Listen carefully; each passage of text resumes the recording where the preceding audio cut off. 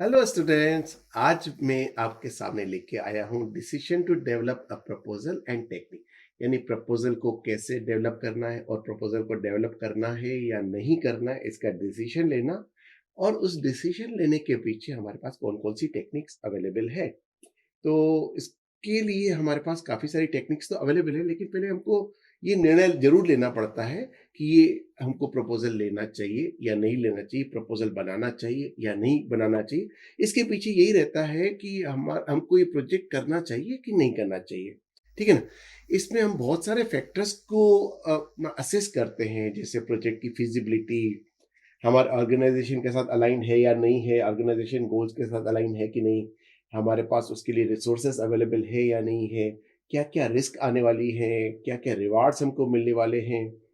क्योंकि क्या होता है ना कि अगर हमने कोई डेवलप किया प्रपोजल, तो हम एक्चुअल में कमिट कर रहे हैं सामने वाले के साथ कि हम आपको टाइम देंगे, हम अपने रिसोर्सेज आपको देंगे, हम अपने एफर्ट्स लगाएंगे। इसीलिए कोई भी प्रपोजल हम अगर बना रहे हैं, तो बहुत केयरफुली हमको डिसाइड करना चाहिए कि उसको बनाए या नहीं बनाए। प्रॉपर कंसीडरेशन, प्रॉपर एनालिसिस करके ही ये वाला वो लेना चाहिए। अब अब ये आगे देखेंगे कि कौन-कौन से फैक्टर्स हैं जो हमारे डिसीजन को इन्फ्लुएंस करते हैं। तो सबसे पहला फैक्टर तो ये आता है कि प्रोजेक्ट फिजिबिलिटी। अब प्रोजेक्ट फिजिबिलिटी में हम देखेंगे प्रोजेक्ट फिजिबल है या नहीं है, टेक्निकली फिजिबल है या नहीं है, फाइनेंशियल फिजिबल है या नहीं है, ऑपरेशनली फिजिबल है या नहीं है। ये सारी चीजें देखने के बाद हम डिसाइड करते हैं कि हमको ये प्रोजेक्ट का प्रपोजल बनाना चाहिए या नहीं चाहिए। फिर देखते हैं ऑर्गेनाइजेशन ऑब्जेक्टिव के साथ हमारा अलाइन है या नहीं है, कि हमारे ऑर्गेनाइजेशन की प्रायोरिटीज जो हैं या हमारे ऑर्गेनाइजेशन के जो गोल्स हैं, ये उसमें सहायक बन रहा है या हमारे ऑर्गेनाइजेशन की क्रेडिट को खराब करेगा। तो ये डिसीजन के लिए बहुत एक इम्पॉर्टेंट फैक्टर है, जिसको कि हमको जरूर एनालाइज करना चाहिए। फिर आता है मार्केट डिमांड।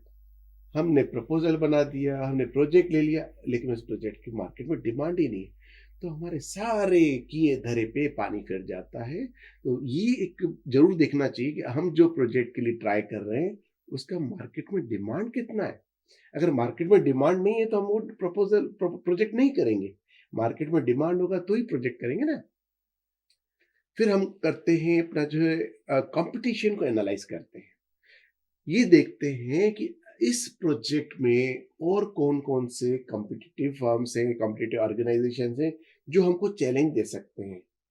और या तो हमको लिवरेज भी दे सकते हैं कि हमारे से अगर उनकी वो होगी, ठीक है ना? फिर आता है हमारा रिसोर्स अवेलेबिलिटी। रिसोर्सेज अवेलेबल है या नहीं। अब रिसोर्सेज में सारे रिसोर्सेज आ जाते हैं, हमारा मेन पावर भी आ जाएगा, हमारा इंफ्रास्ट्रक्चर भी आ जाएगा, हमारा फंडिंग भी आ जाएगा, ये सारी चीज़ें आएगी। फिर आता है हमारा रिस्क असेसमेंट। अब रिस्क असेसमेंट में हमको आइडेंटिफाई करना पड़ेगा कि इस प्रपोजल में या ये जो भी हम प्रोजेक्ट के लिए ट्राई कर रहे हैं, उसमें कौन-कौन सी रिस्क आ सकती है, क्या-क्या अपना अनसर्टेनिटीज़ आ सकती हैं और उनकी फ्रीक्वेंसी क्या रहेगी, उनका हमारे प्रोजेक्ट पर इम्पैक्ट क्या रहेगा। फिर आता है जो मेन सारा जो काम होता है हमारा पैसे के इर्द-गिर्द होता है, हम जो भी इन्वेस्टमेंट करना चाहते हैं, हमको ये ज़रूर चाहिए कि हमको उसका रिटर्न चाहिए, रिटर्न ऑन इन्वेस्टमेंट। तो रिटर्न ऑन इन्वेस्टमेंट एक बहुत ही बड़ा डिसाइडिंग क्राइटेरिया है कि हम अगर ये प्रोजेक्ट करेंगे और इसमें हमारा जो भी इन्वेस्टमेंट लगेगा, उसका रिटर्न हमको क्या मिलेगा। या जो हमारी कॉस्ट आ रही है, जो हमारे रिसोर्सेज डिप्लॉय हो रहे हैं, उसका कुछ ना कुछ एक मॉनेटरी वैल्यू करके उसको वे करते हैं। और यहाँ से जो बेनिफिट आ रहा है, वो देखेंगे कि हमारा बेनिफिट और हमारा रिसोर्सेज कॉस्ट इससे ज़्यादा होगा, तो ही हम प्रपोज़ल अपना बनाएँगे, अदरवाइज़ तो नहीं बनाएँगे। अब इसके लिए हम क्या टेक्निक्स अपनाते हैं, क्या तकनीक लगाते हैं? तो सबसे बेस्ट तकनीक है हमारी स्वॉट एनालिसिस। स्वॉट माना SWOT। एस से होता है स्ट्रेंथ, यानी हमारे में हमारी क्या खासियत है, हमारे में क्या वो इस प्रोजेक्ट को करने के लिए हम कितना कैपेबल है, राइट? तो हमारी स्ट्रेंथ क्या है, हमारी ताकत क्या है, ठीक है ना? और फिर डब्ल्यू से आता है हमारा वीकनेस, हमारी कमजोरी क्या है, यानी कहाँ पर हम मार खाएंगे। फिर जहाँ पर हम मार खाएँगे, अब उस हिसाब से अगर हमारी वीकनेस है, ऐसा है कि हम वो प्रोजेक्ट नहीं कर सकते, तो हम डिसाइड करेंगे कि हम ये प्रोजेक्ट नहीं करें। लेकिन अगर हमारी स्ट्रेंथ ज़्यादा है और हम वीकनेस को हम ओवरकम कर सकते हैं, हम ऐसा रणनीति बनाएँगे कि वो वीकनेस हमारे प्रोजेक्ट के आड़े नहीं आए, इस प्रकार से भी कर सकते हैं। अब अपॉर्च्युनिटीज़, अपॉर्च्युनिटीज़ हमको इससे क्या-क्या बेनिफिट मिलेंगे, ठीक है ना? और थ्रेट्स, इसको हमको क्या-क्या चैलेंजेस आएँगे। ये स्वॉट एनालिसिस एक बहुत ही बढ़िया टेक्निक है, जो डिसाइड करने में हमारी मदद करती है कि हम कोई प्रोजेक्ट करना चाहिए या नहीं करना चाहिए। फिर stakeholder analysis, stakeholder का मतलब आपको मैंने पहले भी बताया था, अगर आपको इसके बारे में ज़्यादा जानकारी चाहिए तो आप मेरा प्रोजेक्ट एट्रीब्यूट में जो स्टेक होल्डर वाला मैंने बताया, वो आप ज़रूर देखिए। तो स्टेक होल्डर मतलब सारे स्टेक होल्डर्स आ जाते हैं, इसमें हमारे क्लाइंट्स भी आ जाते हैं, एंड यूजर्स भी आ जाते हैं, कि उनको आइडेंटिफाई करना, फिर उनको एनालाइज करना कि उनका इंटरेस्ट कहाँ पर है, उनके क्या कंसर्न्स है, और वो किस तरीके से हमारे प्रोजेक्ट पर इन्फ्लुएंस कर सकते हैं। फिर आता है रिक्वायरमेंट गैदरिंग। अब ये रिक्वायरमेंट गैदरिंग है कि हमारे जो स्टेक होल्डर्स हैं, जिसको मैंने बताया कि हमारे जो क्लाइंट्स हैं, हमारे एंड यूजर्स, इनकी क्या रिक्वायरमेंट्स हैं, वो रिक्वायरमेंट को हमने गैदर किया, उनका डॉक्यूमेंटेशन किया, स्टेक होल्डर्स की एक्सपेक्टेशंस को पहचाना, उसको डॉक्यूमेंटेशन किया। ये हमारी एक टेक्निक है, राइट? फिर बनाना पड़ता है हमको डब्ल्यू बी एस का मतलब होता है वर्क ब्रेकडाउन स्ट्रक्चर। पूरे प्रोजेक्ट को छोटी-छोटी मैनेजेबल एक्टिविटीज में कन्वर्ट करना, उसको हम बोलते हैं वर्क ब्रेकडाउन स्ट्रक्चर। तो प्रोजेक्ट को बहुत छोटी-छोटी एक्टिविटीज में हम कन्वर्ट कर लेते हैं। फिर उसी एक्टिविटीज का हम बनाते हैं गैंट चार्ट। गैंट चार्ट में मतलब एक टाइम टेबल रहता है, टाइम शेड्यूल रहता है कि कौन सी एक्टिविटी कब शुरू होगी, कब खत्म होगी, फिर उनकी इंटरडिपेंडेंसी कि किस एक्टिविटी के बाद कौन सी एक्टिविटी स्टार्ट होना है और किस एक्टिविटी के खत्म होने से पहले ये एक्टिविटी खत्म नहीं हो सकती, इस टाइप से। तो गैंट चार्ट भी हमको बहुत ज्यादा मदद देता है। फिर हम बनाते हैं रिस्क मैनेजमेंट प्लान। अब रिस्क मैनेजमेंट प्लान में हम ये एनालाइज करते हैं, आइडेंटिफाई करते हैं कि कौन कौन सी रिस्क आएंगी, फिर हम अपना मिटिगेशन उसको कैसे करें, उस रिस्क के जो प्रभाव को हम कम से कम कैसे करें। और ये कोई एक एक्टिविटी के लिए नहीं, पूरी प्रोजेक्ट लाइफ साइकिल में हमको कौन कौन सी रिस्क आएगी, उसको हम कैसे मिटिगेट करें, ये सारा एक रिस्क अपना मैनेजमेंट प्लान में हो जाता है।